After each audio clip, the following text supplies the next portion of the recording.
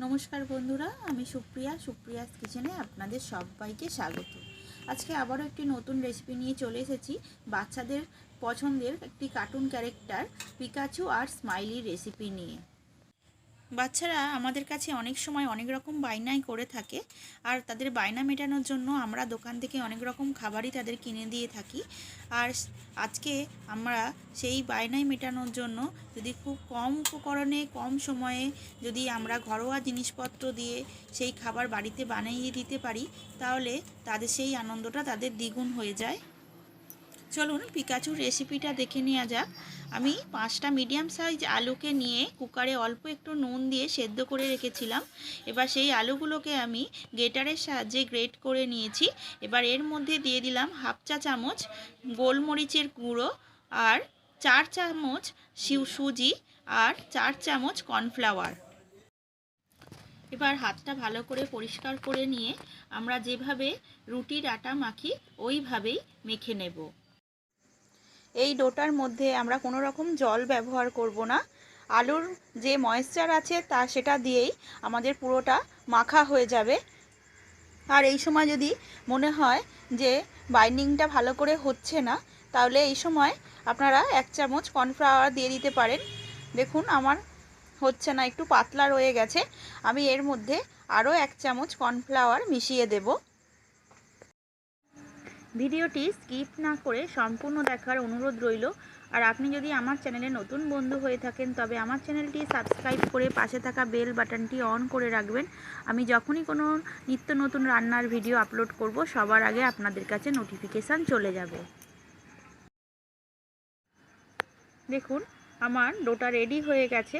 এবার আমি 10 মিনিটের জন্য আমি এটা রেস্টে রেখে দেব ঢাকা দিয়ে।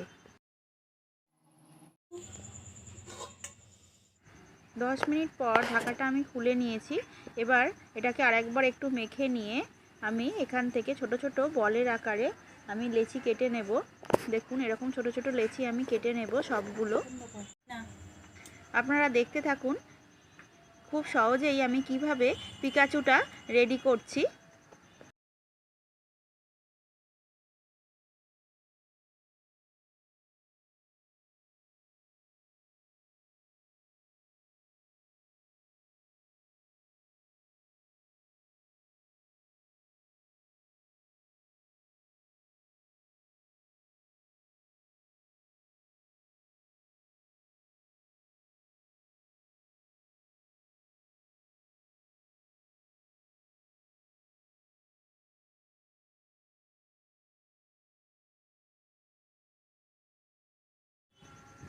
দেখুন কত সহজেই পিকাচুটা রেডি হয়ে গেল। এবার একটা কাঁটা চামচের সাহায্যে আমি পায়ের একটু শেপটা দিয়ে দেব।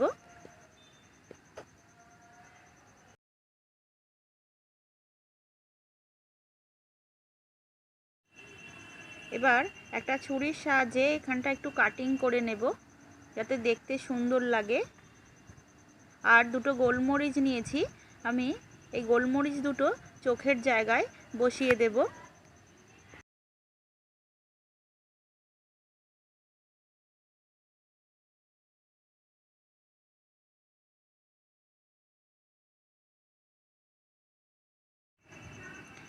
দেখুন কত সুন্দর একটা কিউট পিকাচু আমাদের রেডি হয়ে গেল।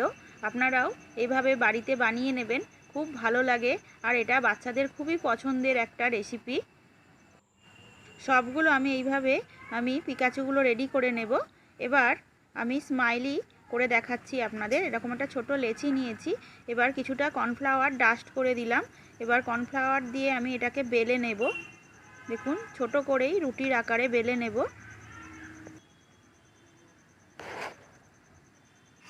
এবার রুটিটা আমার বেলা হয়ে গেছে। এবার ছোট একটা বাটি নিয়েছি আমি। আপনাদের কাছে যদি স্টিলের বাটি থাকে ওই স্টিলের বাটিও নিতে পারেন, কিংবা কুকি কাটার থাকলে কুকি কাটার দিয়েও এই একইভাবে ছোট ছোট শেপ করে কেটে নেবেন।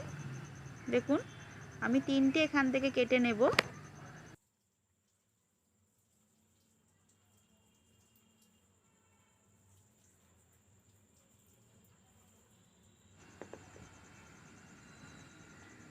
তিনটে আমি কেটে নিয়েছি। বাকি লেচিটা আমি রেখে দেব, আবার একইভাবে এটা দিয়েও বানানো যাবে। তো আমি একটা ওয়াটার বোতলের স্ট্র নিয়েছি। দেখুন এইভাবে আমি দুটো চোখ বানিয়ে নিলাম। আর একটা চামচের পিছন দিক দিয়ে আমি যে শেষ প্রান্তটা রয়েছে এই শেষ প্রান্তটা দিয়ে একটা স্মাইলির আকার দিয়ে দেব। বাকিগুলো ওই একইভাবে বানিয়ে নেব।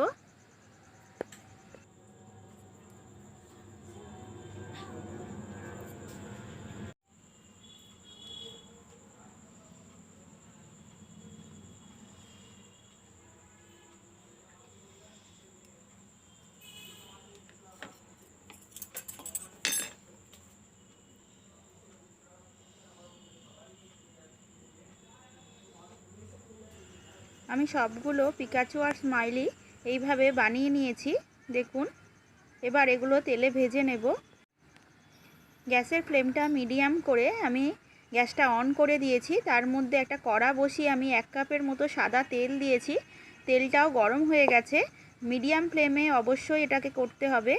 এবার আমি অল্প অল্প করে 4টে দিলাম পিকাচু দিয়ে এবার ওপর থেকে একটু তেল ছিটিয়ে ছিটিয়ে, গরম তেল একটু ছিটিয়ে ছিটিয়ে দিয়ে আমি ভেজে নেব।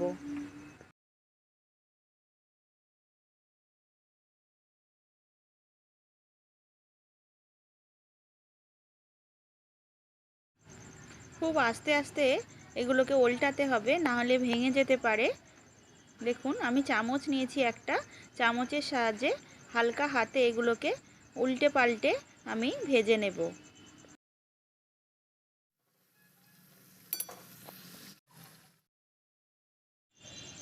আমি 5 মিনিট ধরে আমি ভেজে নিয়েছি। এবার এগুলোকে একটা পাত্রের মধ্যে আমি সবগুলো তুলে নেব। আবার পরেরগুলোও আমি একইভাবে ভেজে নেব।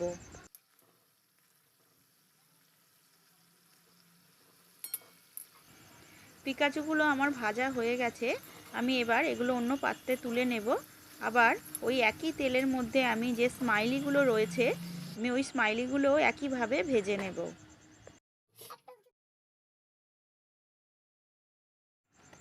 আমার রান্নার রেসিপি যদি আপনাদের পছন্দ হয়ে থাকে তবে অবশ্যই আমার চ্যানেলটিকে লাইক, কমেন্ট আর শেয়ার করে দেবেন। আর আমার রেসিপি ফলো করে আপনারাও বাড়িতে একবার ট্রাই করে দেখবেন। বাচ্চাদের অবশ্যই ভালো লাগবে। আর ভালো লাগলে আমাকে অবশ্যই কমেন্টে জানাবেন।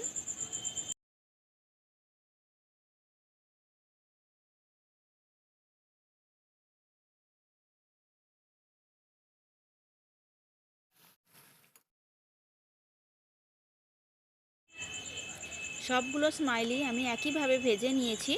দেখুন এবার আমি একটা পাত্রের মধ্যে এগুলোকে তুলে নেব।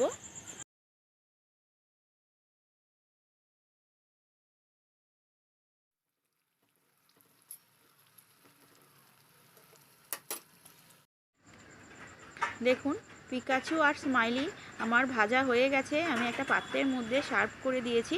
দেখুন কত সুন্দর লাগছে পিকাচু আর স্মাইলিগুলো। এগুলো খেতেও অসম্ভব মজার লাগে, বাচ্চাদের খুবই পছন্দ হবে। আজ এখানেই শেষ করলাম। আবার দেখা হবে পরবর্তী রেসিপি নিয়ে। আপনারা সবাই ভালো থাকবেন, সুস্থ থাকবেন। ধন্যবাদ।